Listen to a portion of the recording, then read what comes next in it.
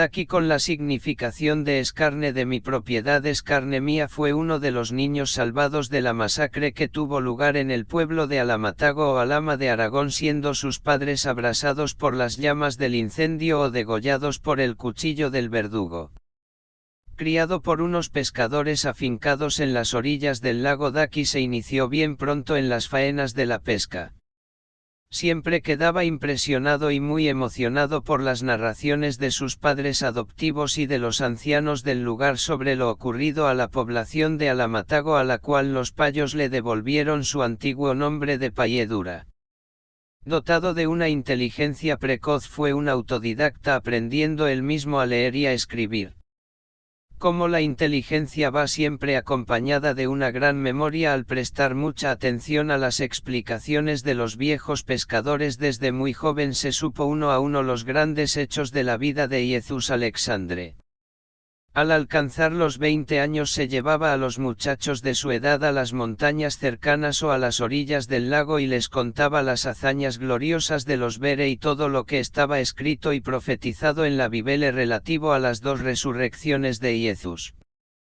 Como el pueblo había recuperado su antiguo nombre dado por los payos a Daki, se le empezó a llamarle en todas partes con el apelativo de Payeduru Arrainzale, significando el pescador oriundo de Payedura. Un día Payeduru profetizó que los egipcios no tardarían en marcharse y esas tierras volverían a ser de la Gole. Estas palabras llegaron a oídos del pare y este, indignado, mandó a sus esbirros para que lo capturaran. Unos instantes antes de ser arrestado, Payeduru tiene un presentimiento. Sobre su cabeza un águila real pasa y repasa describiendo grandes círculos alrededor de la cabaña donde se halla. No espera más tiempo y abandona a sus amigos y a su tierra querida y a toda prisa va a refugiarse en la ciudad santa de Zaragoza. Los habitantes de Zaragoza no quieren emplear el apelativo de Payeduru a causa del paí y entonces le llaman Peiduru, nombre del cual derivan todos los Pedro, Pierre, Peter, Pietro, etc. En aquella ciudad Peiduru se dedica a exponer sus pensamientos explicando todo cuanto sabe sobre los hechos de Dios. Peiduru, interpretando mal el Etziun a los Yudas o antiguos judíos, piensa que los años anunciados por Alexandre deben ser 2 veces 55, lo que daría 110 años. Creyendo estar seguro de su cálculo, proclama en aquel mismo alto consejo que la llegada del Mesías está al caer y más aún con toda probabilidad su aparición se realizará en Roma. Peiduru se pone en camino de Roma, bajando un tiempo el curso del Ebro y luego siguiendo la costa, y en los pueblos y ciudades atravesados propaga sus conocimientos y la buena nueva. Finalmente Génova lo ve llegar rodeado de una enorme multitud. Peiduru asegura a las gentes que el Mesías va a llegar pronto a la ciudad de Roma. Tito, bastante molesto por toda esa propaganda, ofrece a Daki o Peiduru el trasladarse a Roma y así podría mejor esperar a su Mesías. Tito asegura al profeta que tal invitación no comporta peligro para su persona, pues una vez al lado de su Dios ninguna fuerza podría oponérseles. Los pares y lores convenían que si efectivamente el Mesías tuviera alguna relación con el nombre de Roma, las antiguas escrituras eran realmente bien sabias y de aquí en adelante, si las cosas se desarrollaran como Peiduru aseguraba, todas las gentes, tanto Bere como payos, se verían obligadas a creer en sus profecías y conformarse a los dictados de Dios. Peiduru cayó en la trampa y aceptó trasladarse y quedarse voluntariamente en Roma.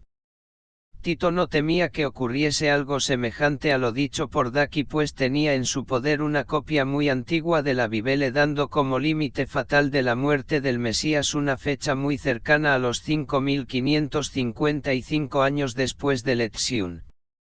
Dicha cifra era la que Daki no pudo leer correctamente por estar expuesta según las reglas de la escritura anere o cuneiforme. En el curso del año 110 después de Troya, Daki podría ir y venir por las calles de la capital del Tercer Imperio de los pares sin correr riesgo alguno.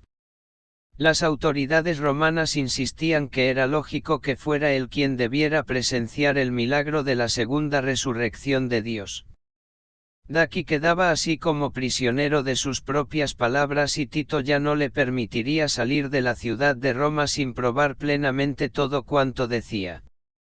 Si el Peiduru o Daki no fuera capaz de encontrar ese romano en medio de tantos romanos, él mismo tendría que admitir ser un vulgar charlatán o bien reconocer la falsedad de su religión, y esto último quería lograrlo a toda costa el padre Tito. Tito no negaba la lectura clara del nombre de Roma o de Rouman en la antigua Bibele escrita más de 6500 años antes de la fundación de Roma. Peiduru o Daki insistía que la presencia misma de la expresión de Roma repetida muchas veces en los libros sagrados de la Bibele y del Evangelio era una prueba irrefutable de que la profecía se cumpliría, ya que cuando Jesús escribió la Bibele no existía tal nombre ni se podía emplear aquella ortografía. Tito se opuso tajante a esta salida e insistió que con su referencia romana la Bibele solo pudo expresar lo siguiente: el Mesías nacería en Roma o haría su presentación en la dicha ciudad. Todo el Senado estalló en sonoras risas y es en este ambiente que el Peiduru o Daki debió abandonar el gran salón de sesiones. Tito no quería que Peiduru se le escapara yéndose de Roma para seguir por las tierras de la Gole predicando la llegada de un Mesías. Mandó vigilar a Peiduru Daki de día y de noche, impidiéndole abandonar la ciudad por cualquier motivo. Fueron muchos los que aconsejaron a Daki esfumarse en una noche oscura alejándose rápidamente de Roma disfrazado incluso de mujer, y varios se ofrecieron a acompañarle. Tito tenía la intención de prender al Peiduru y juzgarlo en público por charlatán y embustero. Incluso llegó el momento en que envió una escolta a Daki con el pretexto de protegerlo, pero en realidad los guardias tenían por misión no perder de vista al Peiduru Daki. En un principio Daki tomaba frecuentemente la palabra en público en las calles de la ciudad beneficiándose de los privilegios otorgados por Tito. Pero a medida que el tiempo pasaba, dichas conferencias se vieron atacadas por alborotadores lanzadores de piedras y frutas podridas. Varias veces fue detenido con la acusación de perturbar el orden ciudadano y luego de haberse burlado copiosamente de su persona le invitaban a seguir libre en la calle en busca del Mesías. Finalmente el Peiduru Daki fue detenido en la noche del 25 de diciembre del año 110 de Troya o 3480 a.C., cuando estaba prácticamente escondido en unas galerías subterráneas y dispuesto a abandonar la ciudad. Cayó víctima de una traición, pues el tipo que le ofreció un plan para huir estaba a las órdenes de Tito y junto con él fueron apresadas un centenar de personas. Unos meses después es juzgado y siendo el juicio público acudió un gran gentío para presenciarlo, por lo que tuvo lugar al aire libre. Daki, tras varios días de un juicio cuyo escenario se parecía más a un teatro, se vio condenado a muerte. No fue ejecutado inmediatamente, ya que el gran circo de Roma no estaba aún acabado porque Tito lo había mandado construir tan pronto como subió al poder. Daki estuvo encarcelado en una mazmorra durante 8 años. Su ejecución tuvo lugar precisamente el día de la inauguración oficial del Calesiumeru Sparu Titus, significando lugar vallado para todos los presos de Tito. Era el 20 de septiembre del año 118 de Troya o 3472 a.C. cuando introdujeron a Daki en un toro de cobre a fin de realizar con él la mayor profanación posible a la causa de los Bere y de Dios, puesto que el toro era el símbolo de la raza paya. Debajo del toro los payos hicieron arder gruesos leños de madera hasta que Daki murió asado vivo, mientras Tito y los otros pares bebían el vino tinto pagano. Ese mismo día, junto con Daki, otras 1176 personas fueron ejecutadas, la mayoría chicos jóvenes y mujeres. Cuando el genocidio acabó, un profundo silencio invadió la muchedumbre y no se oía ni una sola voz.